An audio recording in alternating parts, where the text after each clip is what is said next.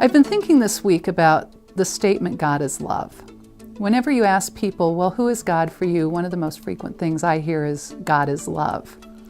And that sounds really great. We had John Philip Newell here at All Saints recently, and he talked about God being love. And if the whole world could understand that it's all about God's love, then it would light a fire like the world had never seen. And everybody thought that was a really powerful statement. But one of the things about God being love that I think we forget about is that you cannot love without risk. You cannot love without being vulnerable. And so for God to be love, to say God is love, is to describe a God that is somehow vulnerable and can be hurt by our inability or disinterest in loving God back. I think you find this a lot in the Hebrew scriptures, in the prophets especially. In the book of Hosea, the prophet Hosea takes a prostitute for his wife so that their marriage can be a metaphor for the relationship between God and God's people.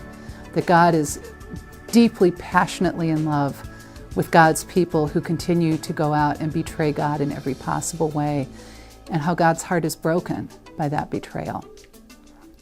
And so as I think about God as love, and I think about God's willingness to be wounded by us, it brings me to the manger, which is where we are about to head this season as the days grow darker and the jingle bells fire up, and we tend to forget that what we're really celebrating is the love of God made visible in the most vulnerable of all kinds of human beings, a newborn baby. What kind of risk did God take to enter the world in this way, to beg us to love God by being so weak and tiny and vulnerable that the only way God in human flesh could survive in this world is if humans took him in.